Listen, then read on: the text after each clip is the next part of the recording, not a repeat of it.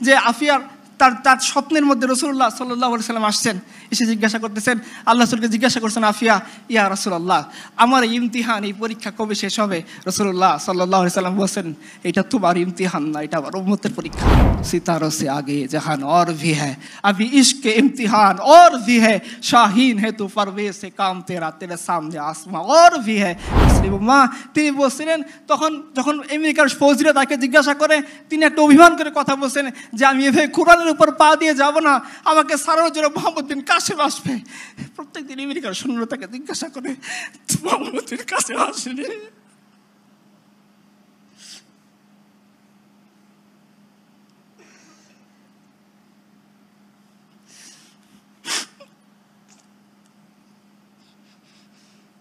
আসসালামু আলাইকুম ওয়া রাহমাতুল্লাহ।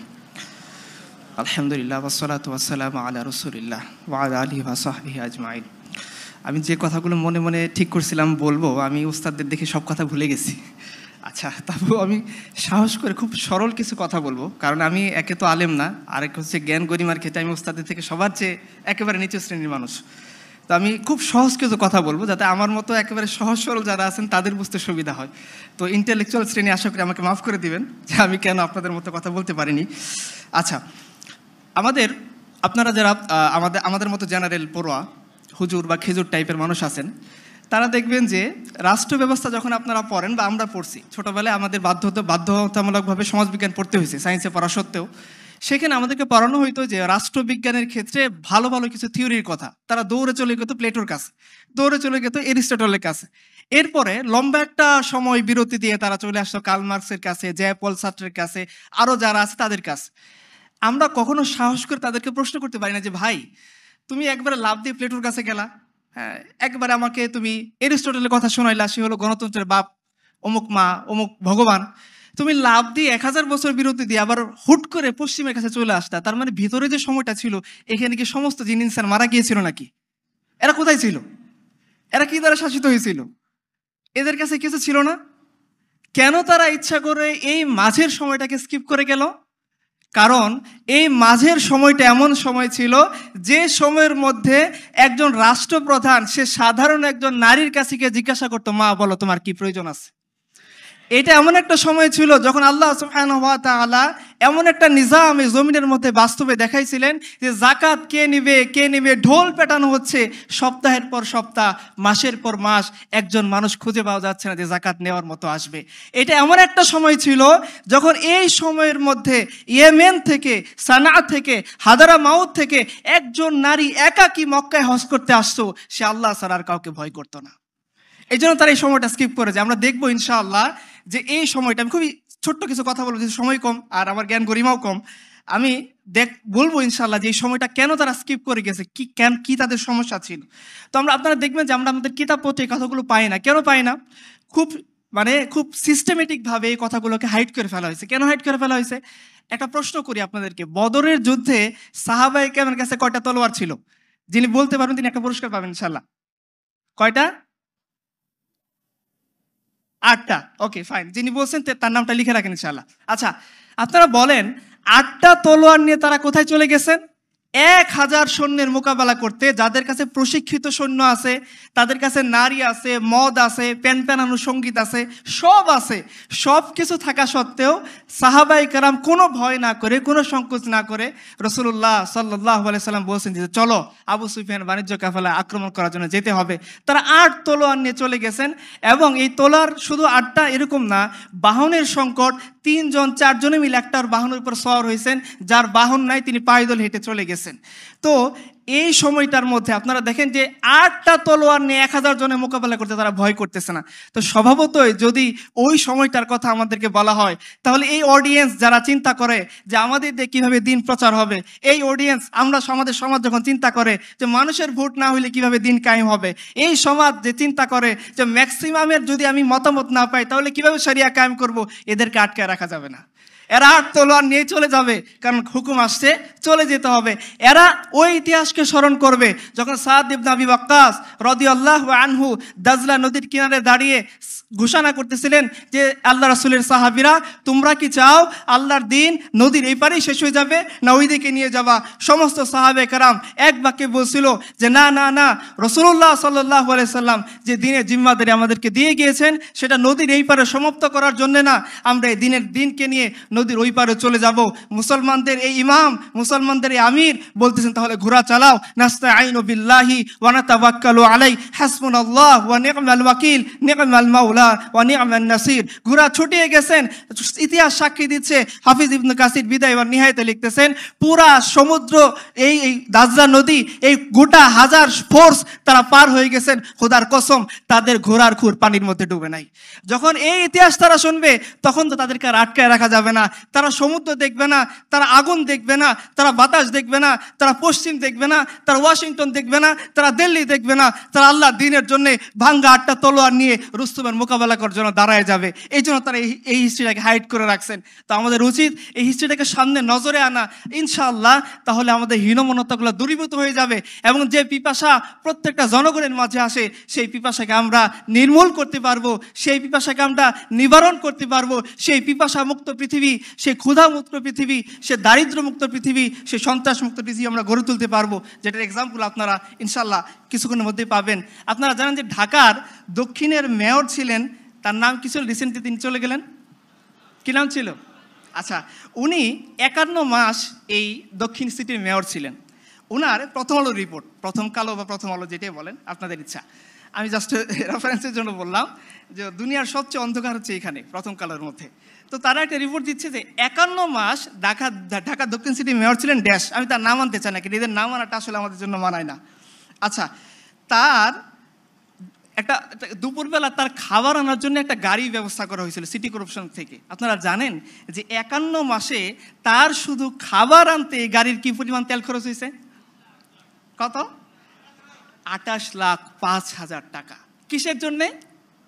শুধু খাবার আনার জন্য। এই বেটা দুপুরের খাবার খাবে, বাড়ি থেকে রান্না করে খাবার, একটা গাড়ি পার্মানেন্ট বরাদ্দ, সপ্তাহে 6 দিন তার জন্য তার বাসা থেকে খাবার এনে দেবে। এই খাবারের জন্য তার ব্যয় হয়েছে 51 মাসে 28,05,000 টাকা। এই অডিয়েন্সের কার 28,05,000 টাকা জমানো আছে? দাঁড়ান, আমার তার কাছে মুড়ি ধোবো। আছেন কেউ? নাই। শুধুমাত্র তার খাবার আনার জন্য কত ব্যয় হচ্ছে?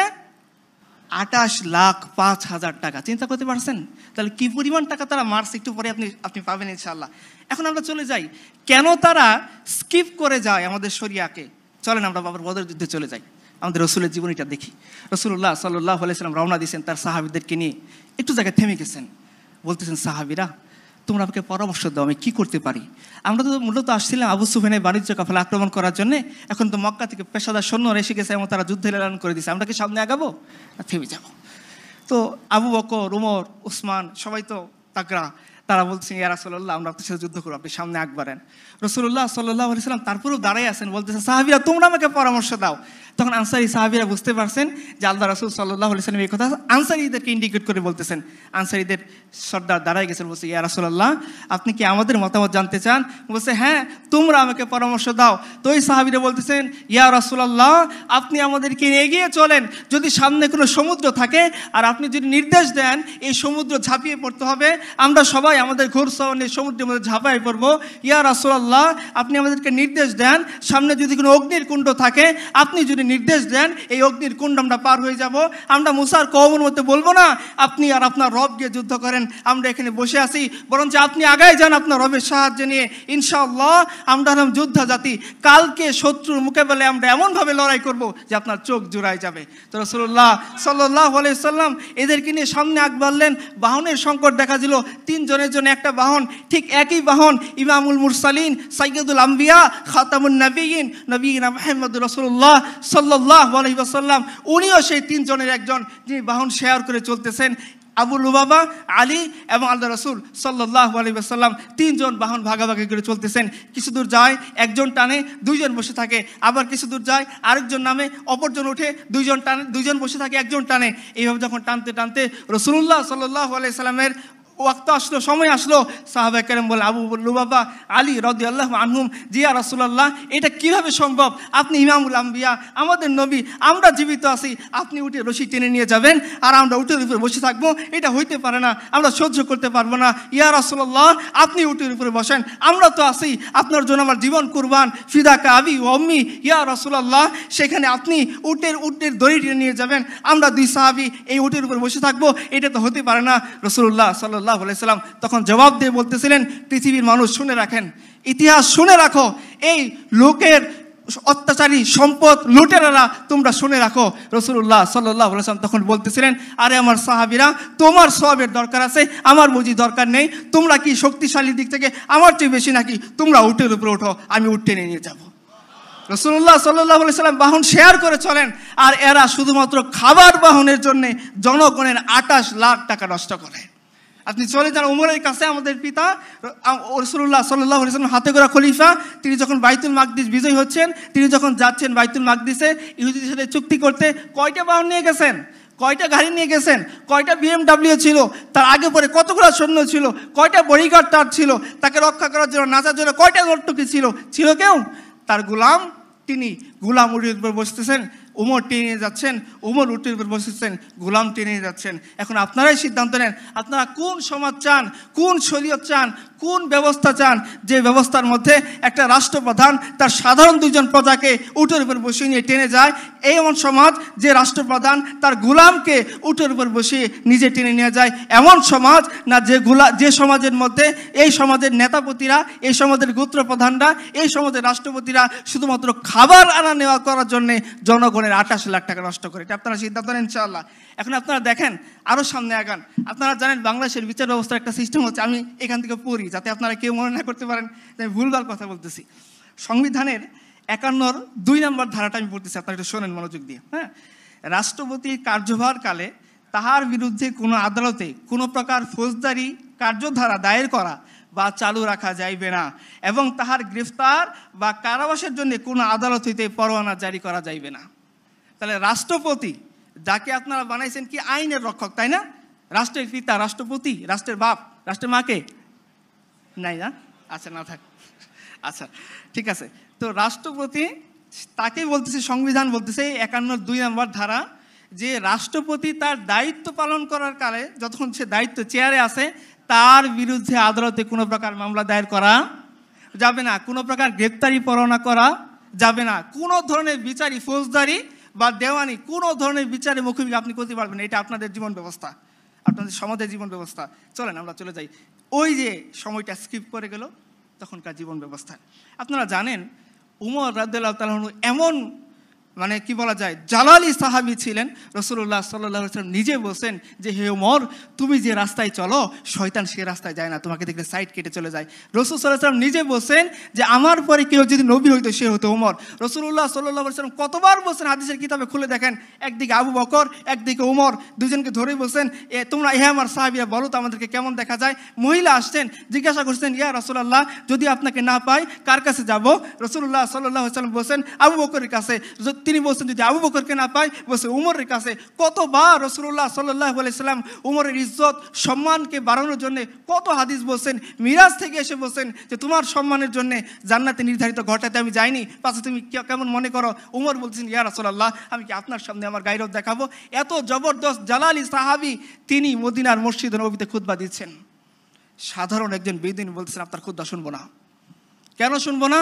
বলছে, হে আমিরুল মুমিনিন, একটা করে কাপড় দিছেন, আপনাদের গনিমতের মাল আসলো, রাষ্ট্র থেকে দেওয়া হয়েছে রেশন হিসেবে, প্রত্যেককে যে কাপড় দিছেন এই কাপড় দিয়ে কারো পরিপূর্ণ জামা হয় নাই। আমরা চেষ্টা করছি সবাই মিলে একটা পরিপূর্ণ জামা বানানোর, সেই জামা হয় নাই। আমি দেখতে পাচ্ছি আপনার শরীরে ঠিক ওই একই পোশাক, ওই একই কাপড় দিয়ে বানানো। আমি আগে আপনার কথা শুনতে চাই, আপনাকে প্রশ্ন করতে চাই, জবাবদিহিতার মুখোমুখি করতে চাই, যে কাপড় দিয়ে আপনার প্রজাদের, জনগণের পরিপূর্ণ পোশাক হইল না, সেই কাপড় দিয়ে আপনি কিভাবে কামিজ বানাইছেন আমাকে জবাব দেন। তখন উমরের ছেলে আব্দুল্লাহ ইবনে ওমর রাদিয়াল্লাহু আনহু তিনি পাশে দাঁড়িয়েছিলেন, তিনি বলতেছেন যে আমি আমার পিতার পক্ষে তোমাদেরকে জবাব দিচ্ছি।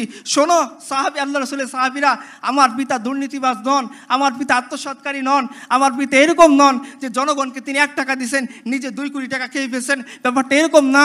বলছে আমার পিতা তিনিও 1 টুকরা পোশাক পাইছেন, আমি আব্দুল্লাহ ইবনে ওমর শাহজাদা প্রিন্স আমি 1 টুকরা কাপড় পাইছি।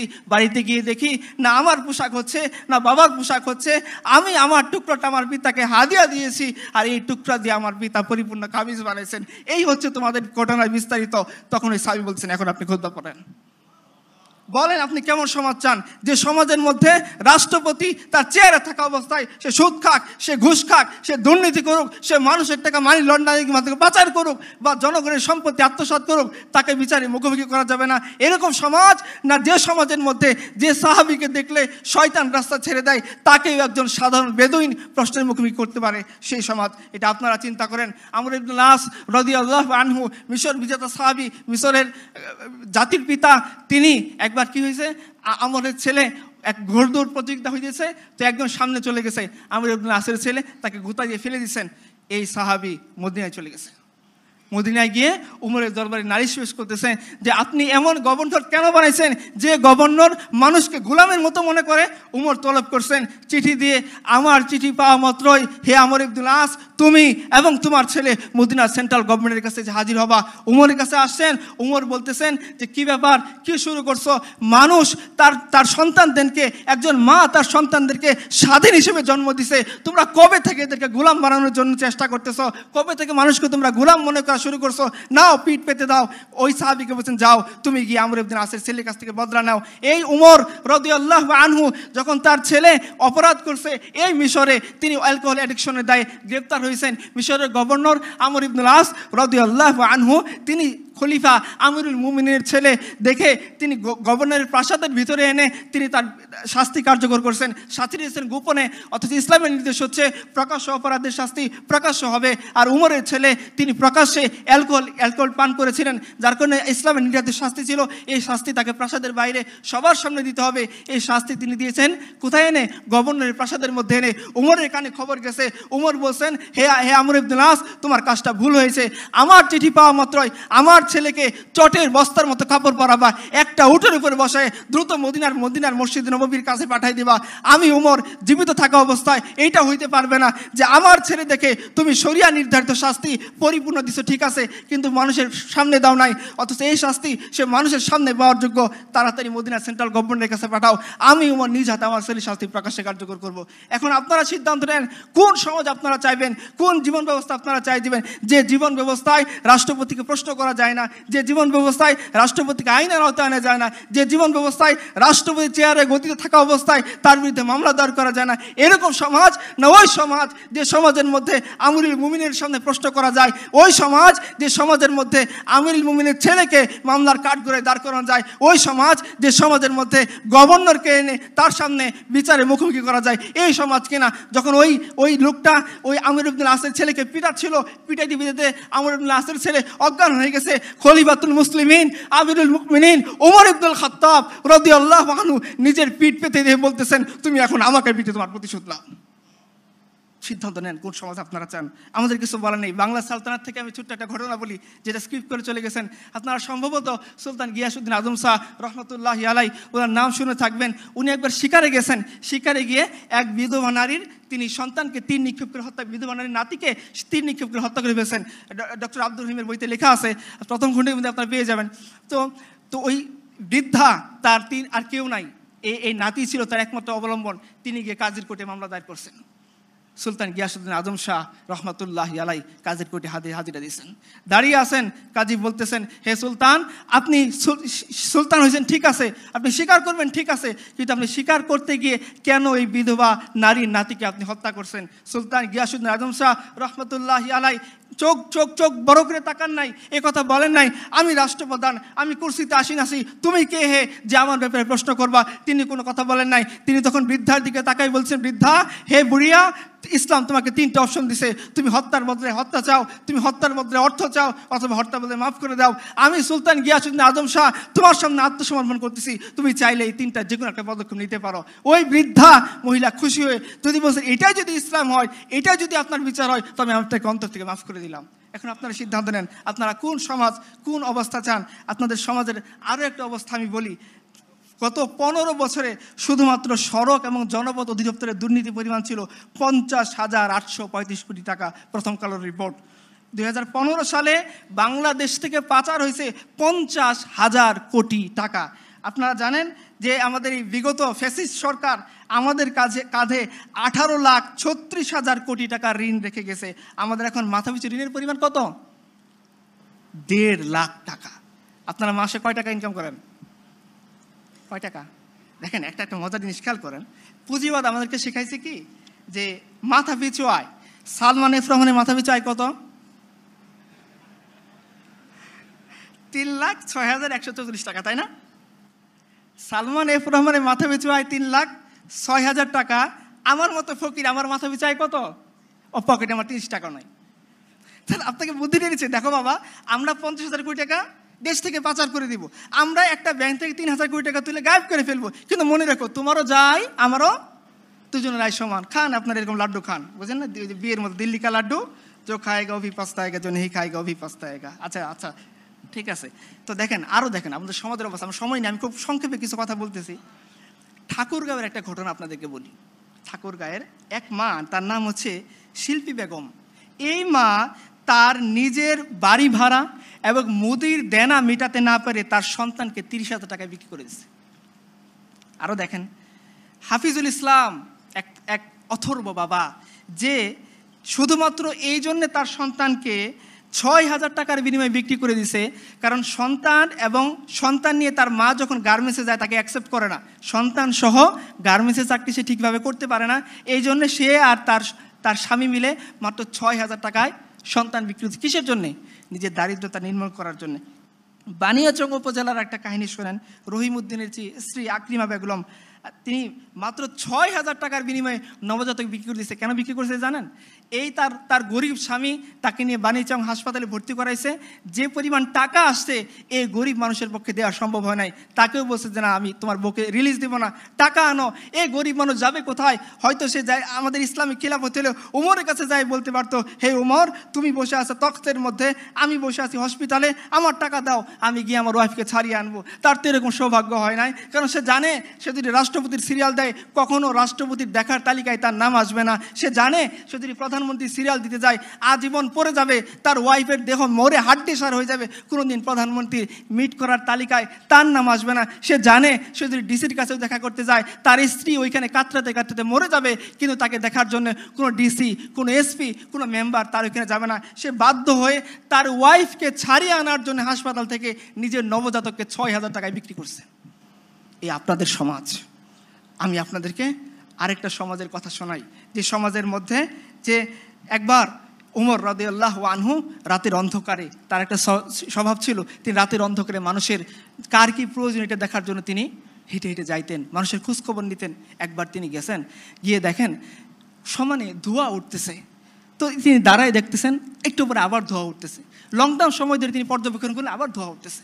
তো তিনি আস্তে আস্তে আস্তে আস্তে কাছে গেলেন, গিয়ে দেখলেন যে একটা মহিলা, তার সন্তানটা পাশে বসা, সে ডেচকির ভিতরে কি যেন জাল দিচ্ছে আর ধোঁয়া উঠতেছে। তো বলছে, মা আপনি কোত্থেকে আসছেন, কি করতে আসছেন? বলছে, দেখো খলিফা উমরের সাথে দেখা করতে আসছিলাম, এখন তো রাত হয়ে গেছে, তাবু খাটে সে কখন থেকে অপেক্ষা করতেছি, এই সন্তানটাকে চেষ্টা করতেছি একটু ঘুম পাড়াবো, কিন্তু আমার বুকে দুধ নাই, এই বাচ্চাটা ক্ষুধার যন্ত্রণায় কষ্ট পাচ্ছে। তো আমি একে সান্ত্বনা দেওয়ার জন্যে একটা হাঁড়ির মধ্যে কয়েকটা পাথর নিয়ে জাল দিচ্ছি আর বলতেছি, দেখো বাবা রান্না হচ্ছে, তুমি একটু অপেক্ষা করো, রান্না হচ্ছে, তুমি একটু অপেক্ষা করো। এই দৃশ্য দেখে আমিরুল মুমিনিন উমর রাদিয়াল্লাহু আনহু বাচ্চা শিশুর মতো কাঁদতেছেন, দ্রুত আসছেন, বাইতুল বাইতুল মাল থেকে নিজে আটার বস্তা নিয়ে গেছেন। তার গোলাম বলতেছিল, হে আমিরুল মুমিনিন, আপনি তো আমাদের সবার আমির, আপনি আমার আকা, আমার মনিব, আমি আপনার গোলাম, বস্তা না আমার পিঠে দিবেন, আমি না আপনাকে নিয়ে যাব। ওমর বলতেছেন, হে আমার গোলাম, যে বোঝা আল্লাহ আমাকে দিছেন সেই বোঝা কিয়ামতের দিন তুমি বইবা, বস্তা আমার কাঁধে তুলো। উমর রাদিয়াল্লাহু আনহু খলিফাতুল মুসলিমিন রাদিয়াল্লাহু আনহু, তিনি উটের ও আটার বস্তা পিঠে নিছেন, একটু তেল একটু ঘি হাতে নিছেন, কয়েক মাইল হেঁটে ওই নারীর কাছে গেছেন, গিয়ে তিনি নিজ হাতে আমিরুল মুমিনিন উমর ওই যে পাথরে দিয়ে গরম করা যে পানি, সেই পাথর সরিয়ে ওইখানে তিনি আটা দিছেন, আটা গুলছেন, নিজে রুটি বানাইছেন। এরপর বুড়িয়াকে বলছেন, মা তুমি শেখো। এই উমর খলিফাতুল মুসলিমিন রাদিয়াল্লাহু আনহু তিনি চলে গেছেন ওই বাচ্চার কাছে, গিয়ে যে উমরকে দেখলে শয়তান রাস্তা ছেড়ে দেয়, এই উমর বাচ্চা আমরা যেভাবে ঘোরাঘোরা খেলি পিচ্চির সাথে, এই খলিফাতুল মুসলিমিন উমর রাদিয়াল্লাহু আনহু বাচ্চা শিশুর সাথে তিনি ঘোরাঘোরা খেলতেছেন আর বলতেছেন,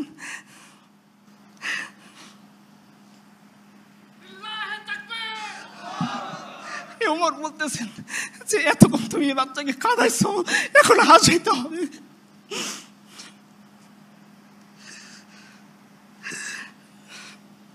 আমি এমন কোন নেতার কথা বলতেছি না যারা মানুষের ভোট ডাকাতি করে নেতা হয়, আমি এমন নেতার কথা বলতেছি যিনি আল্লাহর কাছ থেকে জান্নাতের সার্টিফিকেট পাইছেন। উনি বলতেছেন যে ওমর, যতটুকু তুমি বাচ্চাকে খাওয়াইছো এখন তোমাকে হাসাইতে হবে। এখন আপনারা সিদ্ধান্ত নেন, আপনারা কোন কোন রাষ্ট্রপ্রধান চান, কোন কি চান। উমরের এই যে সময় কাটতেছে এটাই শেষ না, এটাই শেষ না। উমরের জিন্দিগি পরে দেখেন, এক বেদুবা আসছে, একজন প্রেগনেন্ট মহিলাকে নিয়ে এক বেদুইন আসছে, সে উমরের কাছে কিছু চায়। তারও আস্তে আস্তে রাত হয়ে গেছে, সে তাঁবুর মধ্যে অপেক্ষা করতেছে, আর ওদিকে তার স্ত্রীর প্রসব বেদনা শুরু হয়ে গেছে, কাঁদতেছে এই বেদুইন বসে। এখন সে কি করবে, একা তো তার কিছু করার নাই, এই মহিলাকে সে কিভাবে সামলাবে, কিভাবে ওইখান থেকে মদিনার কাছে যাবে। ও ওমরের কাছে ধরা পড়ছে, ওমরের কাছে ধরা পড়ছে। ওমর বলছে, তোমার কি হয়েছে? বেদুইন বলছে, তুমি সরো এখান থেকে, তুমি পুরুষ মানুষ, তুমি কি করতে পারবো আমাকে এই মুহূর্তে?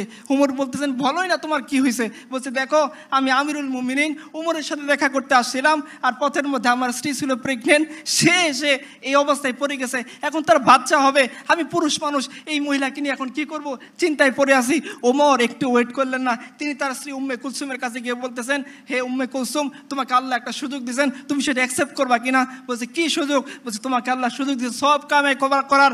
এক বেদুইন আমি দেখে আসলাম, সে তার স্ত্রী নিয়ে, গর্ভধারিণী স্ত্রী, তার ব্যথা শুরু হয়ে গেছে, এই মুহূর্তে তাকে দেখার মতো কেউ নাই, আমিও পুরুষ মানুষ, তাকে কিছু করতে পারবো না, তোমাকে আল্লাহ সুযোগ দিয়েছেন, চলো আমরা যাকে ফার্স্ট লেডি বলি, সে আমিরুল মুমিনিন উমরের স্ত্রী, তিনি চলে গেলেন বাচ্চা হওয়ার জন্য যে সমস্ত ইকুইপমেন্টস লাগে সেগুলো নিয়ে, আর উমর আটার বস্তা নিয়ে দুইজন রওনা হলেন। তার গোলাম ওই দিনও তাকে বাদশা দিলেন। উমর বললেন, না না না, যে দায়িত্ব আমাকে দিছে সেই দায়িত্বের বোঝা আমি তোমাকে দেবো, আইতে চাই না।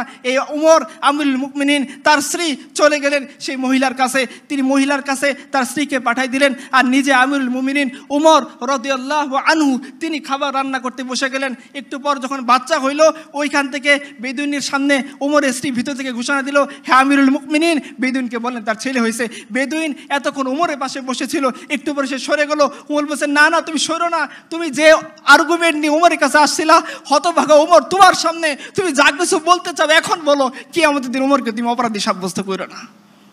আপনারা সিদ্ধান্ত নেন, আপনারা কোন ধরনের জীবন বিধান চান। যে জীবন বিধান একজন শাসককে একজন শাসিতের পায়ের কাছে এনে দেয়, যে জীবন বিধান একজন শাসককে বিচারের কাঠগড়ায় দাঁড় করায় দেয়, যে জীবন বিধান একজন শাসককে উটের বস্তা আটার বস্তা কাঁধে করে জনগণের কাছে পৌঁছে দিতে বাধ্য করে, সেই জীবন ব্যবস্থা না ওই জীবন ব্যবস্থা যারা মানুষের ভোট ডাকাতি করে, যারা মানুষের টাকা ডাকাতি করে, যারা মানুষের অর্থ ছিনতাই করে, জীবন যৌবনকে বিপর্যস্ত করে, লাখ লাখ যুবককে বেকার করে, লাখ লাখ মানুষের স্বাধীনতা হরণ করে, যারা বিদেশে গিয়ে ফুর্তি করে, ফষ্টি নষ্ট করে, তাদের জীবন ব্যবস্থা আপনারা সিদ্ধান্ত নেন। এটা আপনাদের সিদ্ধান্ত, আমি কিছুই বলবো না। আমি দেখি আরও দুই একটা কথা আপনার সামনে বলি ইনশাআল্লাহ।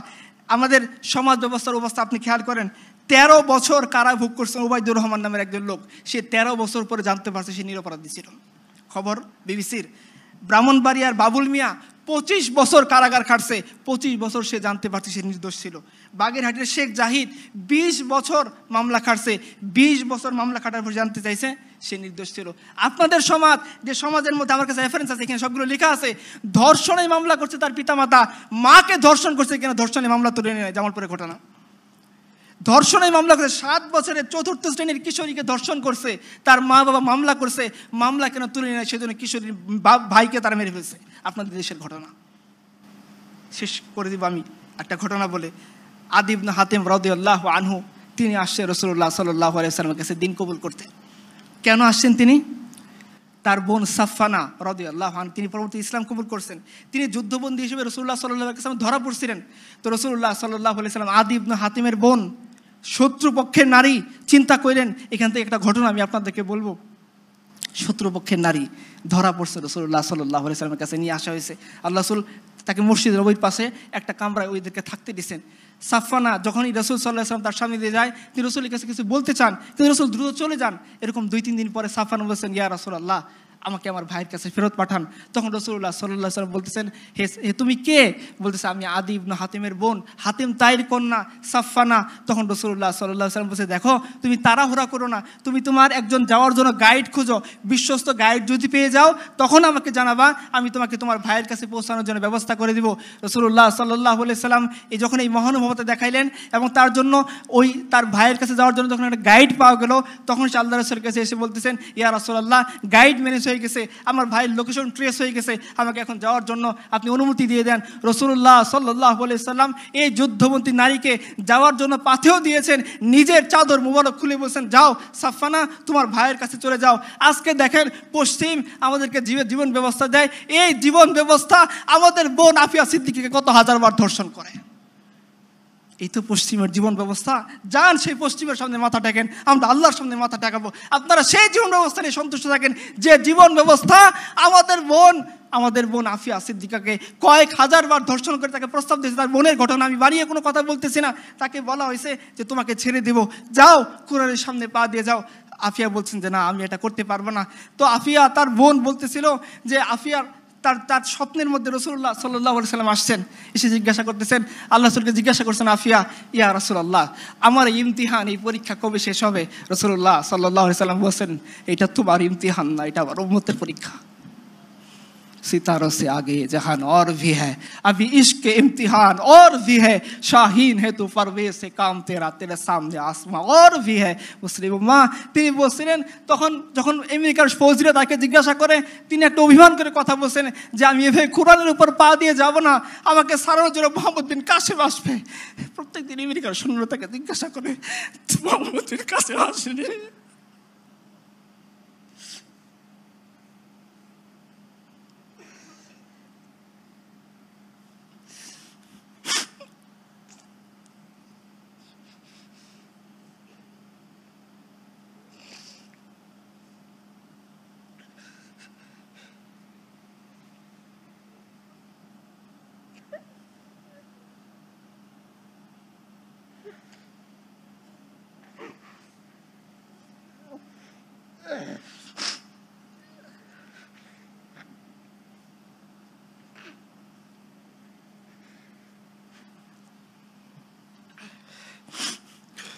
রাসূলুল্লাহ সাল্লাল্লাহু আলাইহি ওয়াসাল্লাম এই সাফফানাকে ফিরিয়ে দিয়েছেন।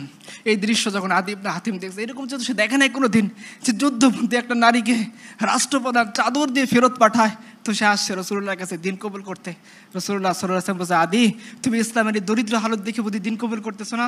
মনে রেখো, এমন একটা সময় আসবে যে ইসলামের যারা অনুসারী তারা মালামাল হয়ে যাবে, দুনিয়া তাদের পায়ের নিচে পড়ে থাকবে। যে আদি, তুমি এমন একটা সময় দেখবা যে হাজারা মাউত থেকে একটা নারী হজ করার জন্য সে মক্কায় আসবে, সে আল্লাহ ছাড়া আর কাউকে ভয় করবে না। আদি, তুমি এমন একটা সময় দেখবা যখন জাকাত নেওয়া কে নেবে বলে ঢোল পেটানো হবে, কিন্তু জাকাত নেওয়ার মতো একটা লোক খুঁজে পাওয়া যাবে না। আদি ইবনে হাতিম একথা বিশ্বাস করেননি। তখন আল্লাহ রাসূল বলছেন, তুমি এটা বিশ্বাস করো, এরকমটা হবেই। আদি ঈমান কবুল করছেন এবং আদি নিজে বলছেন যে আমি নিজের চোখে সাক্ষ্য দিচ্ছি যে আমি ওই দৃশ্য দেখেছি। হাদারা মাউত থেকে, ইয়েমেন থেকে, সানা থেকে একজন নারী হজ করতে আসতেছে, সে আল্লাহ ছাড়া আর কাউকে ভয় করে না। আপনি আপনার সমাজের কথা চিন্তা করে দেখেন, প্রিয় ভাই যারা আছেন, তারা কি রাত 12টার সময় আপনার কোনো বোন, আপনার কোনো পরিবারকে এই সমাজে একাকী ছাড়তে আপনি স্বাচ্ছন্দ্য ফিল করবেন? আপনার মন সবসময় ভাবতে থাকবে কখন না জানি কি হয়ে যায়, কখন না যে কোন দিক থেকে আমার বোনকে কেউ রেপ করে ফেলে। কিন্তু এই আদি ইবনে হাতিম সাক্ষ্য দিচ্ছে যে হ্যাঁ, আমি এমন একটা জীবন ব্যবস্থা দেখেছি যে জীবনের মধ্যে একটা নারী সে ইয়েমেন থেকে একাকী আসছে, সে আল্লাহ ছাড়া কাউকে ভয় করে নাই। আদি ইবনে হাতিম বলছেন আমি সেই দৃশ্য দেখছি যখন কিসরা এবং কায়সারের ধন সম্পদ মদিনার রাস্তায় পড়ে থাকছে, কিসরা এবং কায়সারের রাজ মুকুট মানুষ পা দিয়ে লাথি দিছে, কিন্তু সেটাকে কি অ্যাকসেপ্ট করার জন্য প্রস্তুত থাকে নাই। আদি বলছেন 3 নম্বর যে ঘটনা আমি আশা করি সেটা দেখবো।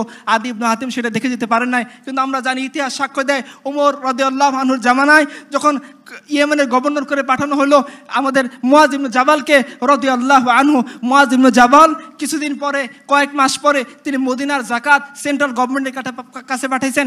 আপনারা জানেন জাকাতের একটা বিধান হলো জাকাত যে অঞ্চলে কালেক্ট করা হয় ওই অঞ্চলে বিতরণ করতে হয়। তো ওমর পত্র লিখছেন যে হে মুয়াজ, তুমি কেন জাকাতের টাকা ইয়েমেন থেকে সেন্ট্রাল গভর্নমেন্টের কাছে পাঠাইছো? বলছে হে আমিরুল মুমিনিন, এইখানে জাকাত নেওয়ার মতো কোনো লোক খুঁজে পাইনি, এই জন্য আমি এই টাকা আপনার কাছে পাঠাইছি। আপনার ওমর ইবনে আব্দুল আজিজ রহমতুল্লাহি আল্লাহর কথা জানেন, বিদায় বা নিহায়াতে লেখা হয়েছে ওমর ইবনে আব্দুল আজিজ এমন জীবন ব্যবস্থা কায়েম করছিলেন যেদিন তিনি মারা যান সেই দিন একজন বুজুর্গ দেখতেছিলেন যে সিংহ একজন বকরিকে আক্রমণ করছে, তখন উনি বলতেছিলেন যে হ্যাঁ ওমর ইবনে আব্দুল আজিজ মারা গেছে, কারণ ওমর ইবনে আব্দুল আজিজ মারা গেছে বলতে এই সিংহ এই অন্যায়ভাবে এই বকরির উপর আক্রমণ করছে। আপনারা জানেন না এই হিস্ট্রিগুলোর কথা? যখন ইসলাম কায়েম হয়ে গেছে যে সমস্ত মানুষদেরকে মুসলমানদের অলিউল আমররা নেতা বানাইছে তাদের হিস্ট্রি আপনারা জানেন না? মিলিয়ে দেখেন আমাদের সমাজের এই ডাকাতগুলোর সাথে, মিলিয়ে দেখেন তাদের জীবনের সাথে, আপনারা কি খুঁজে পাবেন? সাঈদ ইবনে আমের আল জুমাহি রাদিয়াল্লাহু আনহু তার বিরুদ্ধে 4টা অভিযোগ দিছে। বলছে হে আমিরুল মুমিনিন ওমর, আপনার নিয়োজিত এই গভর্নর সে আমাদের সাথে দিনের একটা লম্বা সময় সকাল থেকে কথা বলে না, সে মাসের একটা দিন বাইরে বের হয় না, মাঝে মধ্যে সে অজ্ঞান হয়ে যায়, এবং তার বিরুদ্ধে আর একটা অভিযোগ হলো কি যে সে রাতের বেলা জনগণের কথা শুনতে চায় না। উমর সাঈদ ইবনে আমের আল জুমাহিকে চিঠি লিখছেন যে আসো তোমার বিচার হবে, জনগণ তোমার বিরুদ্ধে অভিযোগ দিছে। উমর ফজরের সময় মসজিদ নববীতে বসে আছেন, সাঈদ ইবনে আমের আল জুমাহি তার যে পুতলা ছিল সেই পুতলাটাকে কাঁধের উপর বেঁধে তিনি মসজিদে নববীর মিম্বর দরজায় দিয়ে ঢুকতেছেন। উমর বলতেছেন আমার চোখ কি ধোঁকা খাইতেছে, এই কি সাঈদ ইবনে আমের আল জুমাহি যে হিমসের গভর্নর, তার বাহন কোথায়, তার সে রাজকীয় ভাব কোথায়? সাঈদ ইবনে আমের আল জুমাহি উমরের সামনে হাজিরা দিয়ে বলতেছেন হে আমিরুল মুমিনিন, যে বাহন আপনি দিয়েছেন সেটা রাষ্ট্রীয় কাজের জন্য, সরকারি কাজের জন্য, এখন বেসরকারি হিসেবে আমাকে তলব করেছেন। আমি সাঈদ ইবনে আমের আল জুমাহি হিমস থেকে হেঁটে আপনার কাছে বিচার আদালতের সামনে দাঁড়ানোর জন্য আসছি। পুটলা কেন নিয়ে আসতো? বলছে আমি জানি না আপনি আমাকে আটকে রাখবেন নাকি আমাকে বহিষ্কার করবেন, আমার তো সম্পদ ছিল এই পুটলার মধ্যে বেঁধে নিয়ে আসছি। ওমর জিজ্ঞাসা করতেছেন বলো তোমার বিরুদ্ধে অভিযোগ, তুমি সকাল থেকে লম্বা সময় দেখা করো না মানুষের সামনে? বলছে হ্যাঁ আমিরুল মুমিনিন, আমার ঘরে কাজ করে দেওয়ার মতো কোনো লোক নেই যে আমার কাজে সহযোগিতা করবে। সকাল থেকে ফজরের পরে ইশরাক করার পর কিছু সময় আমি সারাদিনের রান্না বান্না যা আছে সব কিছু নিজে করি, এরপরে বের হই, এই জন্য তারা আমাকে দেখার জন্য সময় মিলাইতে পারে না। বলছে মাসে যে একদিন লেট করে আসো, জুমার জন্য লেট হয়? বলছে হ্যাঁ আমিরুল মুমিনিন, আমার একটা মাত্র কাপড়, এই কাপড়কে মাসের একটা দিন আমি ধুই, যেদিন ধুই শুকাইতে দেরি হয়, এই জন্য বের হইতে দেরি হয়। বলছে রাতের বেলা কেন মানুষকে সাক্ষাৎ দিতে চাও না? বলছে হ্যাঁ আমিরুল মুমিনিন, দিনের বেলা আপনার যে দায়িত্ব সেটা আমি পালন করি, আর রাতটুকু আমি আমার রবকে দেই। বলছে হ্যাঁ তুমি যে মাঝে মাঝে অজ্ঞান হয়ে যাও, তোমার কি মৃগের রোগী আছে? বলছে না না না, আমার মৃগের রোগ নাই, আমার চোখের সামনে একজন সাহাবীকে মক্কার মুশরিকটা ধরে টুকরা টুকরা করছিল, আর সে মরার সময় বলতেছিল ওয়ালাস্তু উবালি হিনা ওয়াকতালু মুসলিমান আলা আই জানবিন কানা লিল্লাহি মাসরাই ওয়া যালিকা ফি যাতিল্লাহি ইয়াশা ইউবারিক আলা আওসালি শিলবিন মুমাজ্জাই। আমার চোখের সামনে তাকে টুকরো টুকরা করা হয়েছে, তাকে শরীর উপর চড়ে দেওয়া হয়েছে, কিন্তু আমি কিছু করতে পারিনি। যখন এই দৃশ্য আমার মনে আসে আমি বেহুশ হয়ে যাই। এই হচ্ছে আমার অবজেকশন। দেখেন আপনারা এই ধরনের রাষ্ট্রপ্রধান চান না ওই ধরনের রাষ্ট্রপ্রধান চান যারা মানুষের উপর জুলুম করে, মানুষের উপর অত্যাচার করে, মানুষের সম্পদ লুণ্ঠন করে, মানুষের জনজীবনকে বিপর্যস্ত করে, নাকি ওরা যারা নিজেদের হাতে সংবিধান প্রণয়ন করে বলে দেয় যে তাদেরকে কখনোই বিচারের কাঠগড়ায় আনা যাবে না? আমি শেষ করে দিচ্ছি। আরেকটা পয়েন্ট বলে যে এই সমাজ বিচারককে অপরাধীকে আনার জন্য তাকে সমন জারি করতে হয়, তার মাথার মূল্য নির্ধারণ করতে হয়। আর আমরা যে সমাজের কথা বলতেছি সেই সমাজের মধ্যে সমন জারি করতে হয় না, মাথার মূল্য নির্ধারণ করতে হয় না। আপনি গামেজ গোত্রের মহিলার কথা জানেন, নিশ্চিত মৃত্যুদণ্ড, কারণ সে বিবাহিত অবস্থায় জেনা করছে। সে রাসূলুল্লাহ সাল্লাল্লাহু আলাইহি ওয়াসাল্লামের কাছে আসছে, বলছে ইয়া রাসূলুল্লাহ আমাকে পবিত্র করেন। রাসূল তাকে ফিরাই দিয়েছেন, আবার বলছেন আমাকে পবিত্র করেন, আবার ফিরাই দিয়েছেন, আবার বলছেন পবিত্র করেন। সে যখন পরপর 3 বার নিজের অপরাধে সাক্ষ্য দিছে, রাসূল বলছেন ঠিক আছে, তোমার পেটে তো বাচ্চা চলে আসছে, তুমি চলে যাও, বাচ্চা যখন প্রসব হবে তখন আমার কাছে আসবা। এই মহিলা চলে গেছেন। বাচ্চা প্রসব হওয়ার সাথে সাথে প্রসব করার পরে মায়ের পেটে কেমন ব্যথা থাকে এটা মা ছাড়া কেউ বুঝবে না। ওই মহিলা ওই কুলের বাচ্চা দুধের শিশুকে নিয়ে রাসূলুল্লাহ সাল্লাল্লাহু আলাইহি ওয়াসাল্লামের দরবারে উপস্থিত হয়েছে। বলছে, ইয়া রাসূলুল্লাহ, আপনি তো বলছিলেন সন্তান জন্মের পর চলে আসছে, এই চলে আসছি। আল্লাহ রাসূল বলছেন, তুমি ফিরে যাও, সন্তান যেদিন রুটি খাওয়া শিখবে, খাদ্য গ্রহণ করা শিখবে, তখন আসবা, যখন সে দুধ ছাড়বে। 1.5 বছর কি 2 বছর হয়েছে, রাসূলুল্লাহ সাল্লাল্লাহু আলাইহি ওয়াসাল্লাম এই সাহাবী একটা রুটির টুকরা তার সন্তানের হাতে দিয়ে রাসূলের কাছে আসেন। বলছে, ইয়া রাসূলুল্লাহ, আপনি তো বলছিলেন যে সন্তান যেদিন দুধ ছাড়বে সেই দিন আসার জন্য, এই দেখেন দৃশ্য, আমার সন্তান রুটির টুকরা খাওয়া শিখছে, এবার আপনি আমাকে পবিত্র করেন। রাসূলুল্লাহ সাল্লাল্লাহু আলাইহি ওয়াসাল্লাম, বুখারীর রওয়ায়াত খুঁজে দেখেন, রাসূলুল্লাহ সাল্লাল্লাহু আলাইহি ওয়াসাল্লাম সাহাবীদেরকে বললেন, তোমরা যাও এই নারীকে নিয়ে পবিত্র করো। নারীকে যখন পাথর মেরে নিক্ষেপ করে হত্যা করা হচ্ছিল, তার উপর শারীরিক শাস্তি প্রয়োগ করা হচ্ছিল, রক্তের টুকরা ছুটে এসে খালিদ ইবনে ওয়ালিদের শরীরে লাগলো। খালিদ বলেন, ছি ছি ছি, কি একটা ব্যভিচারী মহিলার রক্ত। রাসূলুল্লাহ সাল্লাল্লাহু আলাইহি ওয়াসাল্লাম বলেন, খালিদ, এই মহিলাকে গালি দিও না, সে যে পরিমাণ তওবা করছে গোটা মদিনাবাসীকে যদি বন্টন করে দেওয়া হয় তাহলে সবার জন্য যথেষ্ট হয়ে যাবে। আপনারা জানেন যে মাইজ ইবনে মালিক আল আসলামি একই ঘটনা ঘটছে। তাহলে যে সমাজ, কোন সমাজ আপনারা চান যে সমাজের মধ্যে অপরাধীকে খুঁজে আনার জন্য সমন জারি করতে হয়, অপরাধী অপরাধ করার পর পুলিশকে টাকা দিয়ে পার পেয়ে যায়, অপরাধী অপরাধ করার পর উকিলকে টাকা দিয়ে পার পেয়ে যায়, অপরাধী অপরাধ করার পর জজকে টাকা দিয়ে পার পেয়ে যায়? না, ওই সমাজ যে সমাজের মধ্যে একজন অপরাধী সে যদি অপরাধ করে সে শুধুমাত্র আল্লাহকে ভয় করে, সে অপরাধী এই কথা বলে সে লুকিয়ে যায় না, সে অপরাধী এই কথা বলে সে আদালত থেকে দূরে থাকে না, সে অপরাধী এই কথা বলে সে ঘুষ দেয় না, বরঞ্চ সে আল্লাহর সামনে আত্মসমর্পণ করার জন্য নিজের জীবনকে সঁপে দেয়। রাসূলুল্লাহ সাল্লাল্লাহু আলাইহি ওয়াসাল্লাম এই মহিলার ব্যাপারে বলছিলেন যে তোমরা কি আর কাউকে দেখছো যে আল্লাহর অধিকারের সামনে নিজেকে এইভাবে সঁপে দিয়েছিল? এখন আপনারা সিদ্ধান্ত নেন, আপনারা কোন সমাজ চান যে সমাজের মধ্যে এই ধরনের ইনসাফ থাকবে, ন্যায় থাকবে, আদল থাকবে, এই সমাজ, না ওই সমাজ যে সমাজের মধ্যে আমার আপনার এমন কোনো অধিকার থাকবে না, আমাদেরকে না মানুষের তালিকায় রেখে আমাদেরকে আয়না করে রাখা হবে? ওই সমাজ আপনারা সিদ্ধান্ত নেন। ওয়া আখিরু দাওয়ানা আলহামদুলিল্লাহি রাব্বিল আলামিন।